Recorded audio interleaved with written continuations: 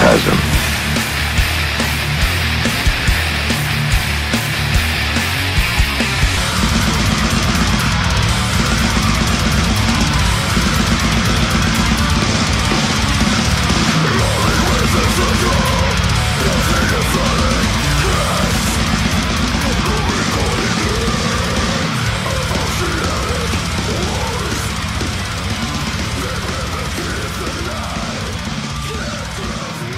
Corey Gorechrist Phantasm Podcast. I am speaking with Kyle of VITRIOL. Dude, how you doing, man? Oh yeah, doing great, feeling great, just getting my day started. Oh yeah. We got to Bathe from the Throat of Cowardice. It comes out September 6th on Central Media. Before I talk about that, I want to say I didn't know that you guys were in Those Who Lie Beneath. I fucking love that band. Oh, did you? Hell yeah. Yeah, that was another life, man. That was good times, yeah. Yeah, your vocals are always sick. I always thought you had a very unique style, and I think The Awakening was one of the better albums to come out in, what, it was like 2009 or something. I mean, that was like a... Yeah, well, that was exactly it, yeah. Yeah. Thank you, yeah, it was fun. It was a weird time where it was like, you know, we had me playing guitar. I actually didn't do any vocals on that record. I wrote lyrics for Awaken. Yeah. That single, that was like the last... I wrote the lyrics for that, and that was actually when it did influence Vitriol, because I've always free-written. Yeah. I've always liked to write, and Jamie, you know, actually expressed some, like, exhaustion regarding lyrical ideas, and I was like, hey, man, what do you think of this shit? And he was into it, and I wrote Awaken, and then I was like, you know, I fucking like doing this shit. I want to write lyrics. I want to write the narrative for the band. I want to have the reins to go as heavy as I can possibly fucking go. Oh, you yeah. know, that other bandmates wouldn't feel comfortable with me going to. Right. So that was really like the seed of like part of the trend when Those Who Let Me broke up. Yeah. It was like this opportunistic moment where I'm like, oh shit, this is my chance to like do what I want to do. I didn't think it was going to take 10 more fucking years. I'm going to be 30. Right. Yeah. You know, it is what it is, you know. Oh yeah, yeah. I always loved that band, and going into Vitriol, this album, you know, I've listened to a few times now, and it's completely different, but it's a lot heavier in its own way. It's just very different, but you can almost feel that Those Who Lie Beneath. I think it's still in there because I can kind of see it. Yeah, it has a little bit of, I think what made Those Who Let Me stand out in that deathcore scene is what's making Vitriol stand out in this death metal scene. Yeah. We just had a little bit of extra piss and vinegar. Yeah. We had a little bit of extra, like, anger. You know, like, we were always the one band when we were touring that, like, would bum the softer kids out. You know, like, they would be the ones that would, like, have to walk out and shit, you know? Yeah. Like, when we tour with bands that weren't as heavy. So, right. You know, it was like, we always try to bring that little, like, crank it to 11 vibe to whatever I did, and I'm happy that shows in both. Yeah, it's definitely working, and whenever everyone hears this album, they'll know what you're talking about, because Jesus Christ, it's fucking, it's some heavy shit, man. Yeah, I try to not let people breathe. Right. And if we'll get into this, to do a track by track with you of this, Yeah, okay. To Bathe from the Throat of Cowardice, which is a great title. We'll get into it right here. Number 1, The Parting of a Neck. Which you guys had have a single or an EP for that one? Yeah, the story behind that one's actually pretty fucking funny, man. That song was written, the version of that song that ended up on a playthrough video that was released some time ago. Yeah. That song, the song that you hear on that video was actually recorded 6 years ago. Wow. And I canned that song after we recorded it as a single, because it was one of the first songs we ever wrote for Vitriol. And I canned it because I thought it wasn't heavy enough. Yeah. I thought, so like chorus, like the sing-song chorus, you know, like the melodic with the high vocals, I was like, it's not that it was bad. Like, I put the song on the fucking record, I like it. Right. But I was like, for an introduction to the band, yeah, I'm like, this isn't claustrophobic enough. Right. And that's when we did the Pain Will Find a Death EP. And with those 3 songs. Yeah. And then when Everlasting Spew wanted to put that out on CD, they're like, do you have any bonus material? You have like a demo version of any of these songs, like anything you could throw on the CD that's just like an extra. So we just like threw Parting the Neck on there on a, just like, here's this song canned, like you just fucking afterthought, you can have it. Yeah. And then we did the playthrough video to promote it, and hilariously, like, that is what launched our entire career, was like the one just like, oh, here's a song we threw away. Here's our video. That was kind of, yeah, and that was kind of poetically why we put it at the beginning of the record, was like, A, just coming in with that fucking, you know, drum roll, I think kills it, you know, like, we're not a band that has a big, ominous, looming intro, like, we get into it, so I like the urgency of it. Sure. And, you know, and it was like, it was the song that started us, so the song that starts the album. That's awesome, man. That's actually really cool. Number 2, Crowned and Retaliation, which you guys have had this song streaming. Yeah. That one, I like, sonically, the transition is just so great on the album, where it goes from, you know, the solitary vocal line of Adam straight into that crushing riff. Oh, yeah. But I love that it kind of has this, Crowned is personally my favorite song on the record, and I think it's most representative of Vitriol's identity as it stands today, as I see it, as I interpret Vitriol. So I like this idea that it's like what Vitriol was 6 years ago, like launching into what Vitriol is today. And that also is a track that features guest vocals from a good friend of mine, Off Alchemist, from Nightbringer and Oculus and and hell yeah, and all that. So that was another little special thing that made the song a little extra for me.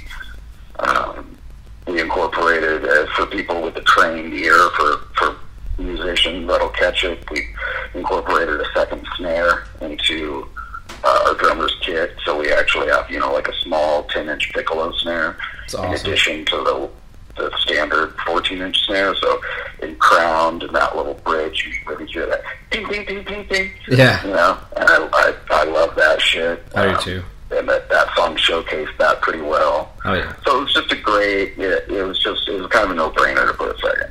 Right. Yeah, and as you were saying about it, kind of, you know, identifying the band's sound, when I first heard it, I was like, you know, that's what I got out of it. I was like, this is who this band is. You know, it wasn't like, it didn't seem like it was in the middle of a CD or even the second track. It was just, when I heard it, I was like, this is exactly how they wanted it to come out and, you know, represent them. So awesome. Yeah, it's fucking sick. I was saying, I'm glad that track, so that's exactly how I feel about the result. Like, I definitely, I feel very calm, unusually, normally after I do something and I put it out, no matter how thick your skin is, it's a vulnerable experience. You know, to put your shit out there for consumption. It really is. And it is. I mean, no matter what, it's not a matter of just like reading snarky things. I can deal with that. It's just a matter of like, at the end of the day, no matter how much you dig your own shit, ultimately you're validated in the eyes of your peers, right? Yeah. So it's like you can't just decide that you're good. Art's a conversation. You know, you don't decide that on your own. So you feel a lot of anxiety pushing that out there. But with this album, oddly, it seems odd because it's the highest stakes thing I've ever done, obviously. Yeah. But I feel most at ease because I just know there's no doubt in my mind.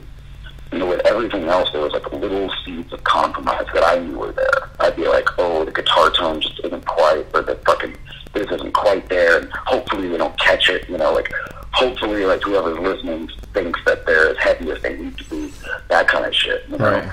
You get lost in the neuroses of all these weird little details that probably nobody else hears.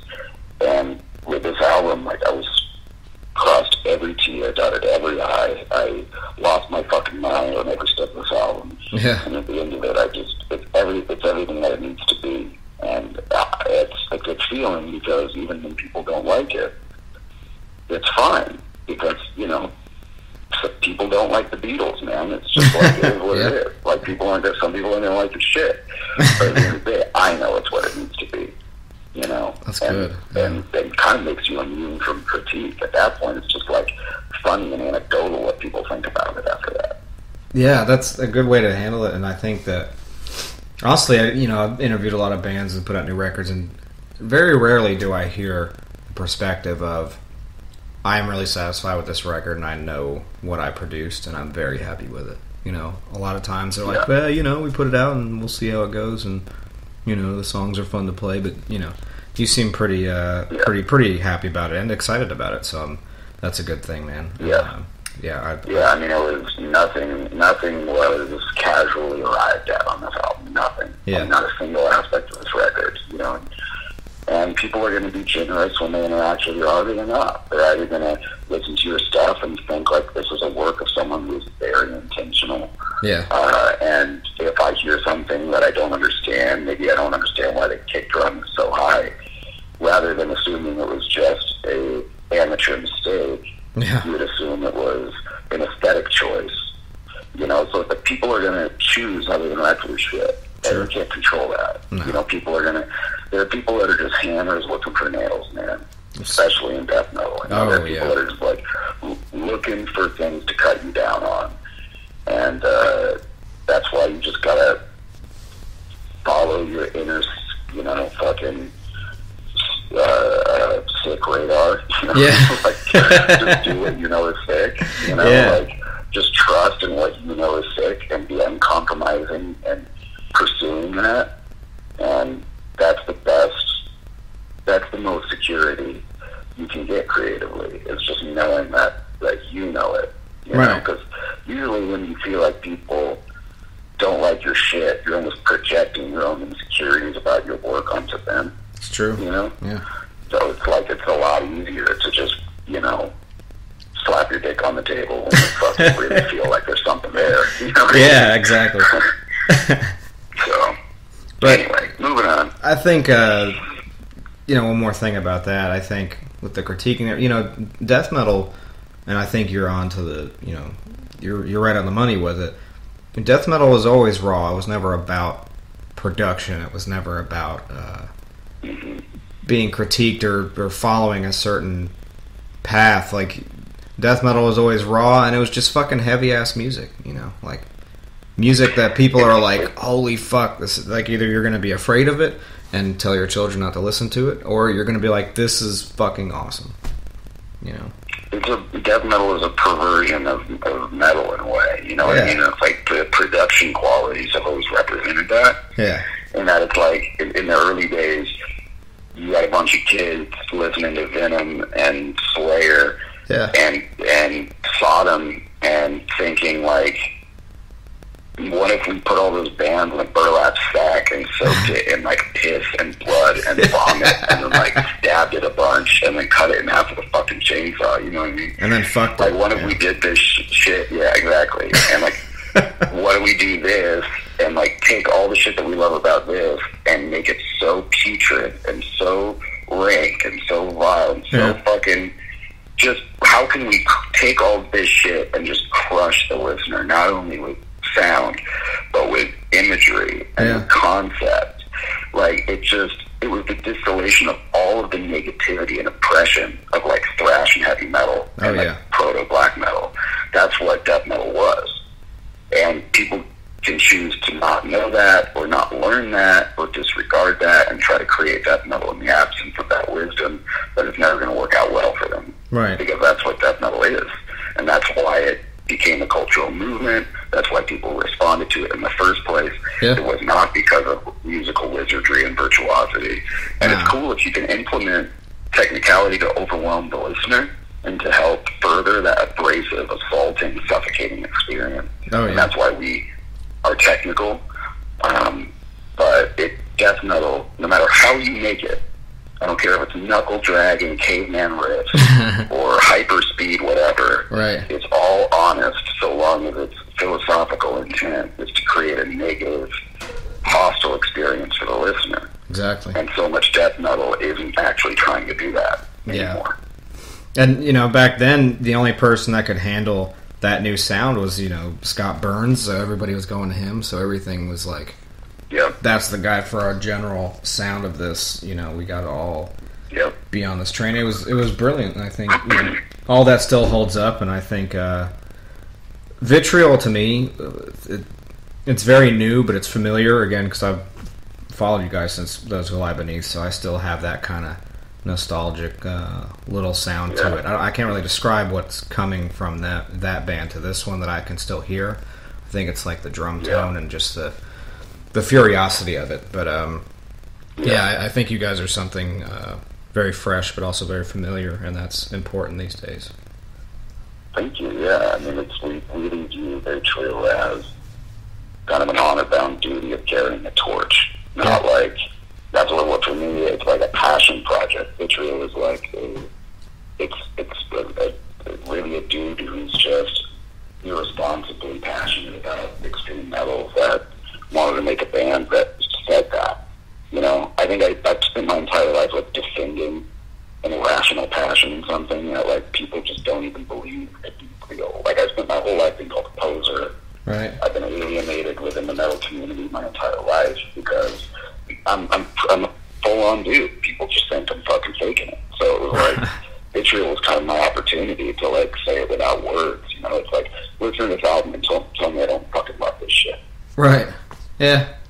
Look me in, interact with this album honestly from start to finish, and look me in the fucking eyes and tell me that I don't fucking get this shit. You know what I mean? Yeah. Slap your dick on the table. Like, there you go. That comforts me. You know, Vitriol is kind of my outlet for all of that passion. Sure. Yeah. You're fucking doing it, man. You know, something to be proud of for sure. Number 3, Legacy of Contempt.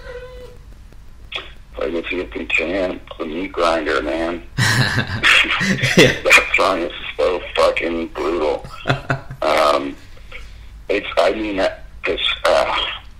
That was one of the earliest songs written too, and the intro riff is also so alien to kind of something I would do today. Yeah. Like it's not something I don't dislike it by any means, but it's just not like where my head's at now. And Right. so it was a song I was kind of lukewarm on going into the actual recording of the album, and Scott and Adams still loved that song. It's one of Scott's favorite songs. Selfishly as drummer, because he's just doing fucking good shit on that. Right. And that was a song that just really fucking came to life, man. Especially when like the guttural vocals went on. Yeah. And you know, I was just like when that song came together, I was like, all right, I fell in love with it all over again. And that big just when it cracks open at the end, you know, lyrically, it's one of the most relentless, just physical songs on the record. And that's what I love about it. Yeah, it's good shit. It's definitely ripping. I Yes. really love that song. Number 4, I Drown Nightly. Yes, I Drown Nightly. That's one of my favorite songs too. It's up there. It's the riffs are very like that song was the intro riff is very much inspired by like I really wanted to write like a la fucking Angel Court's Perdition Temple like Gene style like trim picking like quick stop turnaround fucking classic kind of death metal shit. And so I started working on that intro riff, and then of course it, you know, vitrioled out, spun out of control, and got all, you know, dark and weird and dissonant. And the solo is one of my favorite solos in the record, and lyrically, I would say second to Violence, it's probably the most personal on the album. Yeah. I mean, lyrically, I popped around a lot from being kind of generally meditative on, you know, acts of cruelty and just typical death metal fodder in my own voice, and then, you know, more explorations of my personal shit. So I Got Nightly definitely strikes as one of the more personal ones. So we'll be doing a music video for that one as well. I have a strong connection to that song. Amazing. Well, yeah, definitely everybody be on the lookout for that. A Vitriol music video. Yeah. Fuck yeah. I Drown Nightly. Number 5, and I like the title for this one, The Rope That Calls You Brother. It's a longer song. It's about a little over 6 minutes. Yes. That song was the one that surprised all of us. That was the one at the end, like when it first started, when the album was done and it started meeting its first years, people first started interacting with it. Yeah. Overwhelmingly, that was the one where people seemed to be like, "This song's fucking crazy." Yeah. that was the song where you're like, "Oh fuck, this is like next level shit," you know. Yeah. And that one, man, that's just it has that, of course, that big, slow burn black metal section, you know, that I think worked out so well, especially once you got the post-production elements in there. Yeah. The intro, which is, you know, a brain blender, and lyrically, it's one of the more devastating ones for me. I think it was one of my more successful attempts at finding about communicating how indifference can sometimes be far more horrific than overt hostility. Yeah.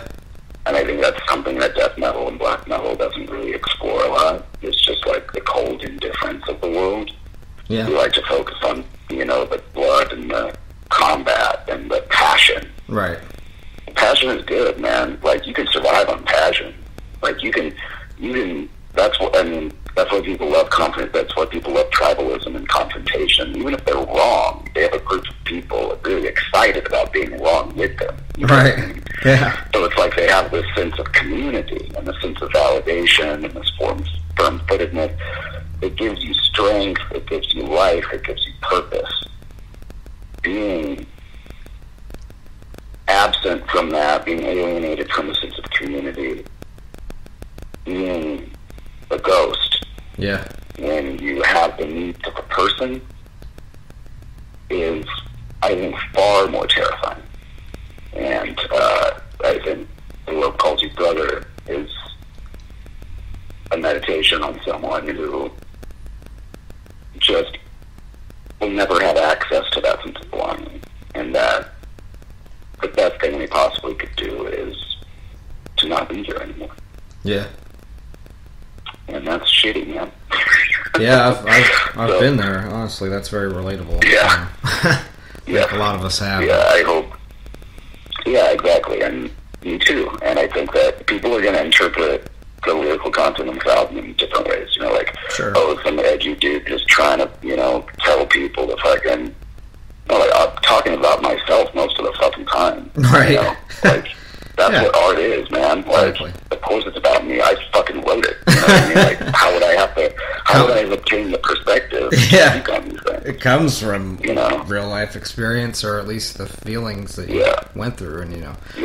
I can Exactly. tell in the song And title itself with how powerful it is. When I first saw the title and then listened to it, I knew immediately. Not that I never have an opinion. I'm not one of those people that's like, this guy's full of shit. Because if I listen to music, I embrace Sure. it and I use it as my own. And I'm like, this is awesome, relatable, whatever. But in the title itself, that's a very, very deep and personal title, because that's a really good title for a song. But it's very... Thank you very much. Reading it is kind of hard to read because it's personal to me. So when I read it, I was like, Yeah. Jesus Christ. I was like... And I'm so glad. And I'm sitting here with goosebumps hearing you say that, because, I mean, that's really, like, Vitriol is therapy and confrontation. You know what I mean? It's strength and confrontation. And that's what it is for me. Like, that's what's always been cathartic for me. And I think a lot of people get by turning away from the horrors of their life. And I've just never had that ability. I've never been wired that way. And I always leaned into it. You know what I mean? And I find strength in that. I find strength in exploring and understanding the things that terrorize me, rather than. And I think that if Vitriol can provide that in any way for anyone, if someone can be, if there can be a cold glass of water in the face of someone who was lacking kind of a sort of introspection, or maybe felt ashamed for feeling these kind of notions of negativity, I'll feel less alone in that, you know? Yeah. Yeah, I think our flaws are our best weapon, honestly, and our biggest source for inspiration is the flaws within ourselves. Absolutely. It's especially when you embrace your flaws and you realize them and you learn from them, you learn how to use them and harness them. They can really be powerful. Yeah, and if you can use them to connect with people that struggle with similar problems, and you can use those shared experiences to hold each other accountable and better one another, and not just stew in reckless validation of one another. Exactly. It's really important to own those things. Oh, yeah. You know, a lot of amazing things can happen once you do. Yeah, it's amazing. And, yeah, it's fucking awesome. Number 6, A Gentle Gift. Yeah. Gentle Gift. That one is, that song might be my favorite in terms of, that and Crowned are my two favorite lyrically. Mm-hmm. I think they're my two strongest achievements lyrically. I think A Gentle Gift is just so fucking, like, I read that, like, that was one of the first sex lyrics I've written where I just, like, took a week back from it, reread it, and was like, dude, what the fuck is wrong with you, man? like, fucking Adam, when I wrote those lyrics for Adam, he was like, you just have a way of just, like, getting to that, just being, just that, like, cutting to the quick of that just primal meanness. Yeah. That just contempt of, like, just, like, Jesus, man, like, and I think I really dialed it in on that song, you know, and it's really, like, just a big, I like the idea, especially with death metal, it's like, people run into the problem. I hear people say, well, how many times can you write about fucking killing people? You know, like, people get older and bored, and I'm like, a lot of different fucking ways, man. Like, yeah, there's still plenty of shit. A lot of different ways. You know, horror movies we have, like, invented. centuries of literature proving that it's like, just because you lost inspiration doesn't mean there aren't ways to speak on one of the most fundamentally harrowing human experiences, right? Which is the end of a life, you know? Yeah. And so I don't think that those are depleted. So I like the idea of taking a relatively typical notion, one like there are fates worse than death, yeah. Right? This is an idea that it's a strong cliche that we're all familiar with. And it's like, where can I go with that? How can I take the fate worse than death concept and put it in my own voice? What is my idea of a fate worse than death? Yeah. And how would I communicate that to someone who I was trying to impart such a thing on? Right. And that's where Gentle Gift came from lyrically. One of my favorite lines on the whole album is, "You will suffer here beneath me, for there is no loneliness in oblivion that could burn like the pain I've made in you." Jesus. And it's just like, it is primal. You know, it's like, there's no fucking, you know, there's nothing in death that could possibly be worse than the thing that I'm giving to you in this moment. And I think the song does a good job of communicating that sonically. Yeah. It's just such an ass-beating riff when it comes in, and you know, that just pretty monolithic breakdown that I think will catch most people off guard. That Adam and I have a lot of fun writing and recording. Yeah. It's a good one. I love that song. It's like some Cenobite shit. It's fucking crazy. Yeah, exactly. Yeah. Number 7, and you said this is another personal one. Violence, A Worthy Truth. Yeah. That song. I love that song sonically and lyrically. That's a song that will always be special to me. That intro riff, I think, is so great. I was listening to Angel's Venom, the song by Monstrosity on that In Dark Purity album. Oh, love it. And it has this, yeah, it's so good. And the Angel's Venom has this like intro riff that has a very similar cadence to it. Like, if you go back and listen to it, you're like, oh, totally. Like, It's not a similar riff, but it's like a kind of staying kind of back and forth and pendulum, and I had that reverse like snare that like thing, and I was like, oh dude, just the vibe of it is so sick. And you know, like that's how I write a lot of it. I'm not like, I don't hide that shit. You know, like that's how I write a lot of Vitriol stuff. It's like I listen to a band I love, or I listen to a song I love, and I'm like, how can I do a similar thing in like my own way? Yeah. You know, and how can I change it enough to, you know, how can I explore the thing that I like about the thing that they did? That's what art is. That's how it's made. I fucking, you know, started kind of riffing on that same kind of tempo. And then, again, like, it's funny. It's similar to I Drown Nightly in that it started off with a pretty simple, straightforward idea that it kicks in and you're like, okay, yeah, this is like a death metal song. Like, yeah, all right, I can take my teeth into this. And then as it goes on, it starts to, like, decay and fall apart into madness, you know? and then people are like, oh, shit, what did I get myself into, you know? Yeah. And, like, the cloud coverage starts rolling in and shit. And violence is, like, the ultimate version of that, because it starts off with this really, like, you know, pity, fun, almost, I don't want to say fun, because I wouldn't call anything Vitriol fun, but they almost have kind of like a, you know, like an anthemic, headbang, fucking, you know, intro, and then by the end of it, it's just like this spiraling cyclone of, like, dissonant chaos into, like, this, you know, belly of hell, or whatever. Yeah.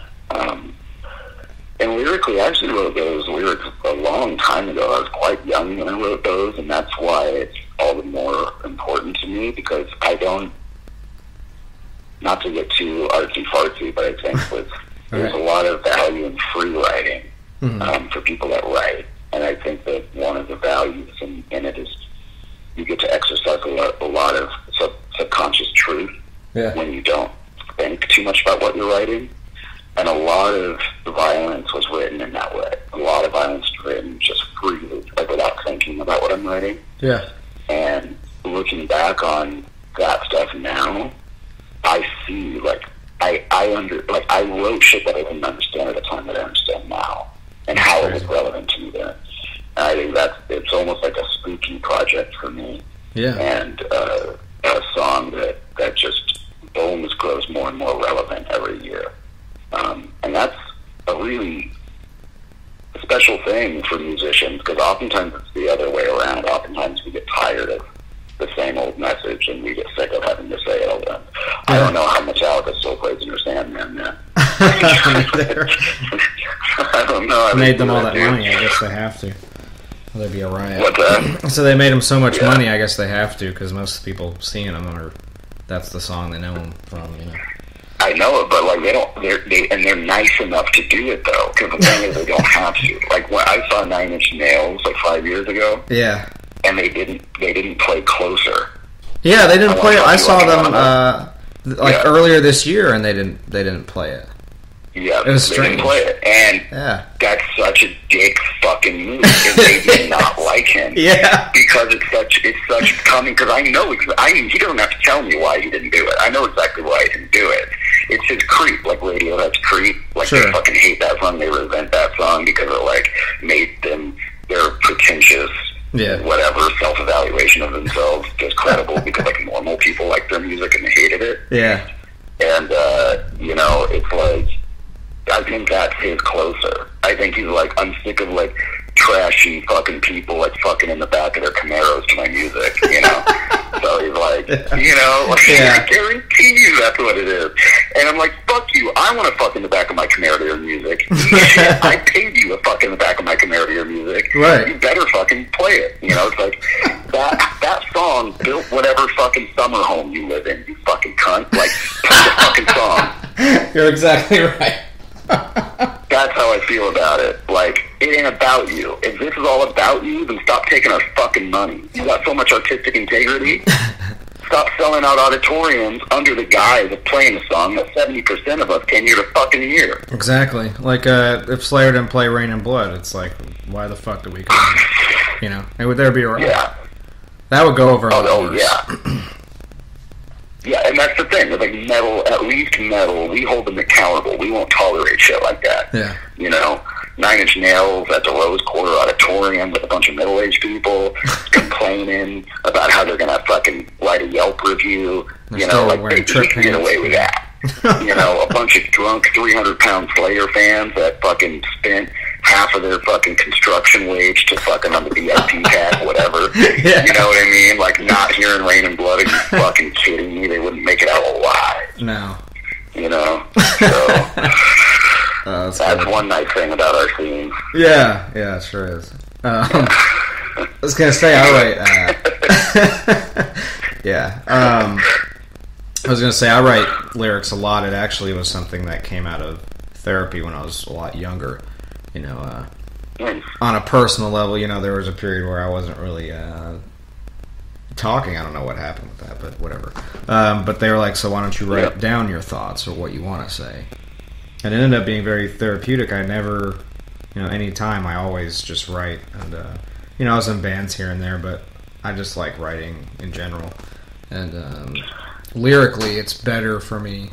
Because, I'll send stuff to my friends and be like, hey, I read this. And, you know, I think one day I just want to publish all the lyrics I've ever had, because it's a lot. Like, just in a book. Just because I know I'm not going to use it for bands, you know. Fuck yeah. But they're very, you know, like, all different shit, like death metal kind of lyrics, but all of it's very, you know, it's a therapeutic thing to get stuff out like that. And as you said, is free writing is mainly what I do. Or even if I have, like, sometimes I'll think of a title, but it doesn't have any meaning to it. It just sounds cool. That's so much, dude, and that's so much more important than cohesion. You know what I mean? Because it's like, the people that focus on that stuff, like, cohesion is fine for, you know, when it needs to be, if you're writing a sitcom, or like whatever, you know what I mean? But when it comes to like making art, it's just like the most honest thing is most important. Yeah. And if someone wants to make a theme, like if Carl Sanders decides that his band is about Egyptian mythology, that's incredible, and he can work within that framework, and he knows a lot about it, and he's inspired by it, and he sees Vitriol, looks death metal as an appropriate voice for that shit. For me, I never felt really inspired to have like Nick Vitriol be like about a thing. You know what I mean? Yeah. It's just a raw, just, you know, unmitigated expression of like whatever is relevant to me. Yeah. You know, and it results in its own thing. And I think it's interesting because then you can see your band's identity grow before you. Yeah. You know, because like it just happens. Like I didn't know what Vitriol was going to look like 2 years ago. You know, and to the extent that it does now. Yeah. So yeah, I think that writing shit, it's easy for people, you know, if anyone's listening to this, to feel like, especially younger people, to feel like that shit's silly. You know what I mean? Right. And it's like, it's one of the things where you gotta get over yourself. Mm-hmm. You gotta stop worrying about being fucking cool all the fucking time. Yeah. And just try something. You know, like, just do it. I know it seems weird, like, oh, how could fucking jerk, like, are you fucking telling me to write in a fucking diary, bro? Like, sorta. Yeah. It's therapeutic, and you fucking deal with it. Yeah. A lot of times it'll be like one little line will flow, or like I'll think of a title, but it never is just like, this is what I'm gonna do, and this is what it needs to be about. Like I can, you know, just about any kind of concept will come to me whenever I think of a title of something. Even when I read it back to myself, I don't even think about it. I start writing how it makes me feel, kind of, and then boom, it's, at least for me, how it works. And it's more therapeutic to just have a foundation and then just write what inspires you. Yeah, for sure. And that's the art. Sure. That's why it is an art. You know. Yeah, this is awesome. It's honest. Oh yeah. Number 8, Victim. Ooh, yeah, that was where I'd say, like, Identity and Violence are the most introspectively personal. Victim is the most outwardly personal, in that, you know, it was really, really inspired through personal life lifelong personal experiences with people Yeah. that just aren't willing to take control of their life. And it's the most, I think musically, it's the most just like, it sounds like, you know, a fist packed with quarters. Yeah. You know, it's just like, it's the most brutish, it's the least flashy. Yeah. It's just like a fucking, you know, trench knife in the side, you know, and I think that just like really brutal physicality with lacking all pretense, you know, that just like crushing breakdown in the middle and at the end just made it perfect, the perfect companion for some lyrics that were just, you know, trying to call fucking anyone out that sees themselves in those fucking lyrics, and I did too. Yeah. You know, like there was a time that song keeps me fucking accountable. You know, because I always have to remind myself that is the imposition I'm casting on myself. Like Vitriol, in a way, keeps me accountable. Yeah. You know, like I put all of this energy into it when I'm in my most furiously clear. Yeah. And then I have to revisit it. I have to sing it all the time. I have to be in that headspace all the fucking time. Right. You know, and it has its setbacks, but it also has made me stronger than I really ever thought I was capable of becoming. And that's good, man. You know, you have the passion, and you have the abilities you have and the skills you have, and using them, you know, for a platform to keep yourself accountable, and things like that. You know, it's inspiring. Yeah. Thank you. I just always wanted to figure out a way to make death metal mean as much as I wanted it to, in a way. Like, it was, you know, it was like I had a lot of lofty goals, and, you know, it's like you look at other mediums, you look at other genres out there, you look at other, and you see how much it tries to deal with, and it's almost like there's this taboo about being, like not singing about like the three things you're allowed to sing about, or scream about, or whatever, you know. And I don't know if that's not a bad habit. Like bands just keep you know, reiterating each other just because, like they just why not, or if it's because they don't feel like they can, Right. or what. But I don't know. I hope that this album does serve to inspire at least a few people to see that you can take a style of music that people often acknowledge as being emotionally devoid, and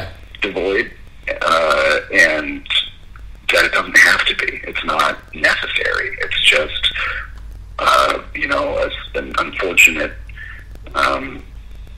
truth of circumstance. Right. It's like you don't always have to talk about ancient beings or zombies. You know, it could be very personal also. Right. Or Satan or whatever. Yeah. Yeah. And not that, you know, not that again, that's not calling anyone fucking out that sings about that shit. I mean, like 90% of my playlists are bands that are screaming about those things, and I love those bands. No, it's great. But you know, and if it's honest to you, if like anyone goes into this and they're like, but I just fucking love zombies, then write about fucking zombies. Yeah. But write about zombies because you want to write about fucking zombies. Yeah. Don't write about zombies because the bands you like write about zombies. Exactly. That's the thing. It's like, it doesn't matter what you fucking do, it doesn't matter how stereotypical it is, so long as it's honest. Yeah. That's the only thing that fucking matters. Because if you try to defy convention just to be different, then you're just as much of a sheep as the asshole that's doing everything else everyone else is doing. You're letting popular opinion dictate what you create. And that's not art, remove really. yourself from that. No, it's not. It's not. And you have to remove yourself from that conversation. Yeah. If you're just like trying to navigate like an industry, you're not making music. No. You know? I'm in full agreement, man, and you know, this is fucking great. Hive Lungs, number 9. Hive Lungs. That was my least favorite song going into the album, and I think one of the strongest songs now on the outside of the album. I didn't like. I was really over that first riff, that like sleepy riff. Yeah. For whatever reason, like just alone, like playing it alone, I was like, this just doesn't. It's just not cool. And it's not fucking. I wanted to fucking scrap it, and it was, Scott and Adam really pushed for it. I mean, that's some like fucking Steven Spielberg shit. I was really stoked on that. Oh yeah. Well, it's good how it turns out like that. You got the something you don't like at first, and then yeah, man, it's such a testament to like sometimes you just gotta see things through. See where it goes. Like there's something to be said about scrapping something you know isn't good enough. There's a lot of value in that. You should do that a lot. No more. In fact, there's one piece of advice I can give to any musician. It's practice more self-cruelty. Just because you spent 2 months in a fucking song doesn't mean it's fucking good, and it doesn't mean anyone wants to fucking hear it. Right. So it's like, if it isn't good, stop lying to yourself, and don't get pissed when your friends are honest with you. We all suck before we're good. Your favorite musicians wrote horrible fucking songs before they wrote good ones. Get over it. Yeah. But there are still like, things that I think I get stuck in my head about. Like, I see something that's very like a riff where I'm like, oh, that's something I wrote. It feels dated to me, but I need to keep in mind that like there's so many other things that can breathe life into a composition. Yeah. And that's what happened with Hive Lungs, where it's like, okay, even though these riffs are kind of thin and spindly and like they don't have a lot of power, we can get that power elsewhere. So that's when Scott and Adam really kind of stepped forward and just made that song. I mean, Scott's drum work on that song is, I think, some of his best. Oh yeah. That song's fucking insane. Yeah, man. It's a cool one. I think it's one of the coolest outros on the record. Oh yeah. And then finally, number 10, Pain will define their death, and that one's the longest song I think on the record. Yeah, man, that song, I love that song. That's one of our more classic ones. Obviously, it's the title of our EP, so it has that added significance. And it was, one night we were driving home. Adam and I were driving back from the studio, and we just kind of collectively had this. It was just like the idea of closing the album. We were discussing the track listing for the record. Yeah. And the idea of closing the album with Pain will define their death kind of just clubbed us over the head, and we're like, oh, of course, because we love the outro. We always love that. It's like the only thing we've ever written like that. That's just open and huge and melodic and anthemic. And we're like, oh, it's a perfect opportunity to just go off the deep end with it and just make it like triple its length and make this huge. The original plan was this big like orchestral outro, with like strings and fucking horns, the whole thing. And then, when Nas and I started working on the post-production for it, it became abundantly clear that wasn't going to serve the vibe, and that those lead guitars that were put in there actually provided the same kind of string-like effect of what violins would be in the same register. Yeah. And that's when, the vocals, we started fucking around with those vocals, and it was just like, that was fucking it, man. And now I'm just so happy with how I couldn't think of a better way to close the album. Yeah. And the last words, just with the last words echoing from that album, just being, Pain will define their death, on those who run. I mean, what else do you need to say, to close that album? It's perfect. So. Well, yeah, man. This is a hell of a fucking record, and it's very inspiring too in a lot of ways. Thank you. That's the best compliment I can get, honestly. So I appreciate that. Hell yeah. And then this comes out September 6th, Century Media Records, Bathe from the Throat of Cowardice. You got it, man. Do you guys have any shows coming up? We got lots of fucking shows coming up. We got when is this airing? Probably sometime by the end of this week. Live thing? Yeah, it'll come out probably next week or so. The end of this week. Next week. So I can say that because then we announced tomorrow. Okay. We have a tour being announced tomorrow. So that's cool, right? If I say it, obviously you're good 24 hours. Yeah, I'm not going to put it up until it's announced. Okay, great. So we have a lot of shows coming up. We have Nile, London Nile and Hate Eternal, which is, I always feel like an asshole saying out loud. Yeah. No, that's amazing. It's like such an insane opportunity. You yeah. know, like if I didn't know how hard we've worked the last 10 years, I would feel like undeserving of it. I mean, those guys are gods to me. Like, they're the Slayer and fucking Metallica, Death Metal to me. So it's like the idea that we get to be like direct support to those two bands, just like total Wayne's World, like we're not worthy moment, you know. Right.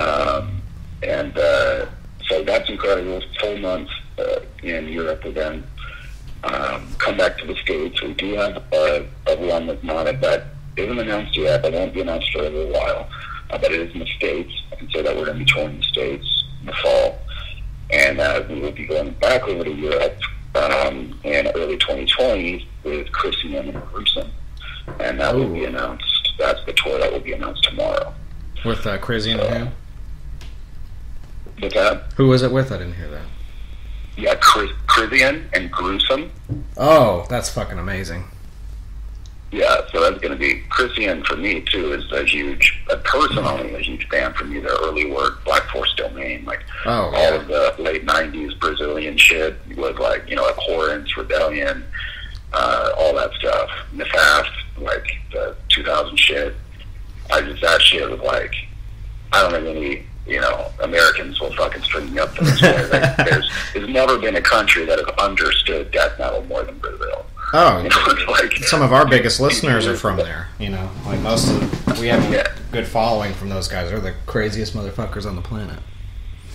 Well, let them know that I'm not pandering when I said that. I didn't know that when I said that. Yeah, no. Totally, they really are. They'll earn me some brownie points for the Brazilians, but they fucking know, dude. They fucking know. I don't know what's in the water over there. I don't know what's going on with their government or what. But, like, they fucking get it, man. Like, that shit is just so fucking brutal out there. Yeah, they're just passionate. Sepultura started it all, you know, so it's just like, you know, they were the heaviest thrash band ever, like, at that time, so it's only appropriate that Brazil is offering the heaviest death metal. You know what I mean? Yeah. So, and we've had the opportunity to talk to Max, and we've had Alex and Moises from Chrissian on a couple times, and those are really, you know, friends of ours. I love those guys, so it'd be cool to see them. Awesome. I think we're going to see them in November too. I think they're coming around the southeast, so that'd be cool. Yeah, they're always good dudes. So yeah, you guys have a lot of fun, and Matt Harvey too. I fucking love that motherfucker. So it's going to be a lot of good times. We're very stoked. It's going to be a blast. So if you guys are playing southeast, we'll definitely come see you guys. We will, yeah. We can, you know, I'm sure we can link up on Facebook or something and chat more about that stuff. But I can, we are coming. We are doing the full U.S. Amazing. So we can talk about dates later. Hell yeah. Well, dude, this has been awesome. It's actually been one of my favorite conversations I've had in a long time doing this. So I want to thank you personally. I appreciate that a lot. Yeah, thank you. You know, very inspiring, very personal interview, and I'm very excited about the album coming out for you guys and the success that follows. Oh yeah, man, thank you so much. I really appreciate the interest and the opportunity to kind of, you know, go down memory lane with these tracks. That was make me just remind me how much I appreciate the record. So thank you for that. Awesome, man. Well, yeah, this has been an absolute pleasure, and I can't thank you enough. And hopefully, we'll catch you in the fall, man. Hell yeah, man. Thanks so much. Talk to you soon.